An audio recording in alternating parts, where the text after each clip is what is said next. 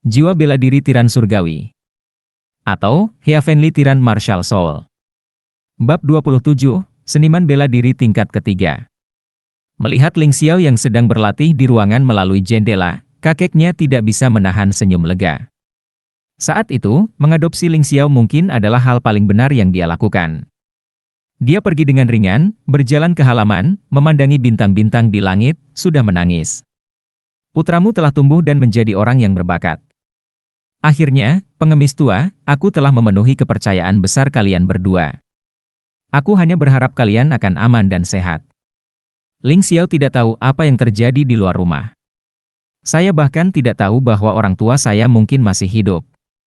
Sekarang dia hanya ingin menerobos 3 ranah seniman bela diri, dan menggunakan kekuatan pil terobosan untuk terus menyerang seniman bela diri tingkat ketiga. Setelah 1 malam, Ling Xiao tiba-tiba membuka matanya, lalu meninju. Dentang! Suara nyaring itu mengingatkan bahwa tembok bata tebal di depannya telah hancur, dan sebuah lubang besar muncul. Dia bisa merasakan bahwa energi sejati di seluruh tubuhnya telah mengalami peningkatan yang mencengangkan, termasuk otot, tulang, tendon, dan darah, yang tampaknya telah banyak menguat. Pukulan ini, paling tidak, memiliki kekuatan 1000 kati. Ini adalah kekuatan terkuat yang dapat dilepaskan oleh para pejuang di bawah seni bela diri tingkat ketiga. Saya tidak menyangka terobosannya begitu mudah.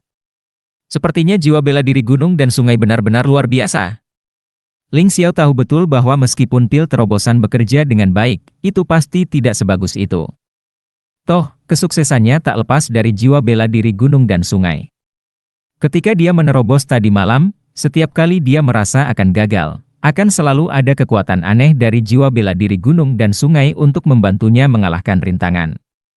Ditambah dengan fakta bahwa dia telah menekan selama berhari-hari tanpa terobosan, dapat dikatakan bahwa kekuatannya hampir disemprotkan. Lepaskan sekarang, dan terobosan alami akan lebih mudah. Namun, seni bela diri rangkap 3 hanyalah permulaan. Meskipun Ling Xiao bersemangat, dia juga mengerti bahwa saat ini dia paling banyak adalah murid lini pertama dari Ling Fei, Ling Feng, dan Ling Tieshou. Dibandingkan dengan Ling Yisui dan Li Xingyun, masih ada celah. Dan mereka dapat menembus seni bela diri tingkat keempat kapan saja. Seniman bela diri tingkat ketiga tampaknya hanya satu bidang, tetapi ada dunia yang berbeda. Lagi pula, energi sejati tidak ada bandingannya dengan gelombang energi. Kekuatan telah mengalami perubahan kualitatif, dan semua serangan akan mengalami peningkatan kualitatif. Dapat dikatakan bahwa kecuali seniman bela diri tingkat ketiga juga dapat menggunakan gelombang energi, jika tidak, sama sekali tidak mungkin untuk melompat untuk menantang seniman bela diri tingkat keempat. Duel antara Li Xingyun dan serigala melolong bulan terlihat jelas saat itu. Apa yang terjadi? Kakeknya mendengar suara keras dan datang untuk melihat, dan langsung tercengang. Aku berkata, "Nak, ada yang salah dalam latihanmu? Mengapa kamu menghancurkan rumah?" Kakek, seperti yang saya katakan, kita kaya sekarang, jadi kita tidak membutuhkan rumah ini, ayo bangun yang baru. Alasan mengapa Ling Xiao ingin menjadi lebih kuat, selain tidak ingin diganggu, tentu saja tujuan lainnya adalah untuk menjalani kehidupan yang baik. Dia benar-benar muak tinggal di rumah seperti ini yang bocor saat hujan. Kamu nak, bahkan jika kita ingin membangun rumah, di mana kita akan tinggal sekarang? Kakek tersenyum kecut. Jangan takut, ada rumah kontrakan di rumah Ling, ayo kita sewa sebentar, dan belum terlambat untuk pindah kembali setelah rumah di sini diperbaiki. Ling Xiao tersenyum dan berkata, "Kakek, aku akan segera mencari tim konstruksi untuk memperbaiki rumah kita." Setelah berbicara, dia berlari dengan penuh semangat. Baru saja menembus seni bela diri tingkat ketiga, dia tidak takut pada siapapun yang akan membuat masalah untuknya. Atau, sebenarnya jauh di lubuk hatinya, dia sangat berharap seseorang datang untuk membuat masalah, sehingga dia juga bisa menguji seberapa kuat dia sekarang. Begitu dia melangkah keluar dari gerbang rumah Ling, seseorang berbalik dan lari dengan sembunyi-sembunyi di sudut. Kakak Xingyun, pria itu telah keluar. Pria itu tiba di hutan kecil, tempat Li Xingyun sedang berbicara dengan 2 pria paruh baya lainnya. Kekuatan kedua orang paruh baya ini sebanding dengan Li Rui, dan mereka berdua berada di seni bela diri tingkat ketiga. Oke, begitu, kalian berdua, ini 100 tael perak. Aku tidak ingin hidup, aku hanya membunuhmu. Setelah masalah ini selesai, aku akan memberimu 100 tael lainnya. Seringai muncul di wajah Li Xingyun. Hei, jangan khawatir, Tuan Muda Li, saudara-saudara kita selalu menggunakan uang orang untuk menghilangkan bencana. Kami tidak tahu bagaimana melakukan hal lain, tetapi membunuh orang itu mudah. Ling Xiao keluar dari rumah Ling, pergi ke pasar untuk mencari seorang tukang bangunan, mendiskusikan masalah pembangunan rumah, lalu kembali ke rumah Ling dengan cepat. Saat melewati sebuah hutan kecil, dia tiba-tiba berhenti. Teman, karena kamu ada di sini, mengapa menyembunyikan kepalamu dan menunjukkan ekormu? Dia melihat ke pohon tidak jauh, matanya tajam dan dingin. Hahaha, oke nak, kamu benar-benar bisa menemukan kami. Sepertinya kamu tidak lemah. Terdengar suara, dan dua orang jatuh dari pohon.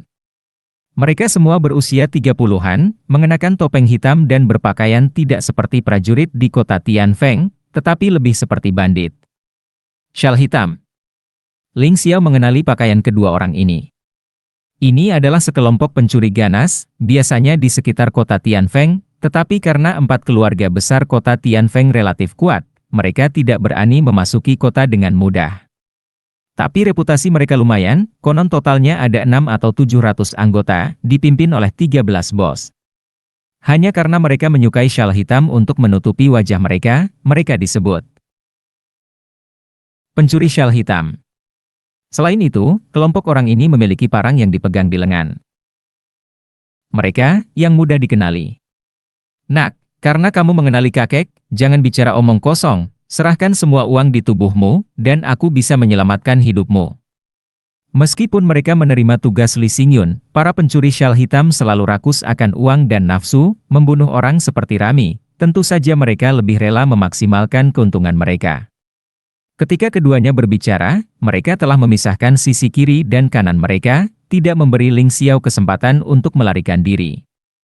Hehe, keluarga menawarkan hadiah untuk membunuh pencuri syal hitam biasa, 100 tael perak, dan 10 poin kontribusi. Karena kalian berdua ada di sini, jangan kembali. Ling Xiao tersenyum, tenang dan tenang. 100 tael perak masih merupakan jumlah yang besar baginya, dan poin kontribusi bahkan lebih penting. Secara umum, hanya prajurit dengan urat bela diri tingkat 4 atau lebih yang memenuhi syarat untuk menerima misi keluarga dan mendapatkan poin kontribusi. Poin kontribusi tidak hanya dapat ditukar dengan barang-barang dalam keluarga, tetapi juga dapat meningkatkan status keluarga. Selama ribuan tahun, keluarga Ling telah melakukan ini. Selama Anda mendapatkan 100 poin kontribusi, Anda dapat berubah dari anggota keluarga kelas 9 menjadi anggota keluarga kelas 8. Keluarga kelas 9 tidak memiliki uang khusus, dan dapat diusir kapan saja, sehingga mereka tidak dapat menikmati banyak hak istimewa dari keluarga Ling. Keluarga kelas 8 berbeda, mereka tidak hanya mendapatkan uang rutin setiap bulan, tetapi selama mereka tidak melakukan kesalahan besar, mereka tidak akan diusir, dan mereka berstatus keluarga Ling yang sebenarnya. Ling Xiao telah menjadi pengemis sejak dia masih kecil, jadi dia sangat berharap memiliki keluarga yang dapat melindunginya dari angin dan hujan. Meskipun dia menderita banyak keluhan ketika dia datang ke rumah Ling, dia juga mendapat banyak keuntungan, jadi dia secara alami menolak untuk pergi. Nak, kamu benar-benar sombong seperti yang dikatakan rumor, bunuh kami untuk menerima hadiah. Aku khawatir kamu tidak akan mati. Seperti dikatakan, hati Ling Xiao tergerak, orang luar yang dia hubungi baru-baru ini adalah orang-orang dari keluarga Li. Mungkinkah pencuri syal hitam itu sebenarnya diundang oleh keluarga Li untuk membunuhnya? Dia sudah sangat pintar, dan jika pihak lain sedikit tergelincir, dia menebaknya dengan kasar. Dia tahu bahwa keluarga Li tidak akan melepaskannya, dan dia sedang menunggu keluarga Li pergi ke keluarga Ling untuk membuat masalah, tetapi tidak ada gerakan. Sekarang dia mengerti. Mungkin Li Xingyun dan yang lainnya tidak melaporkan kebenarannya, tetapi ingin diam-diam meminta seseorang untuk menyelesaikannya sendiri.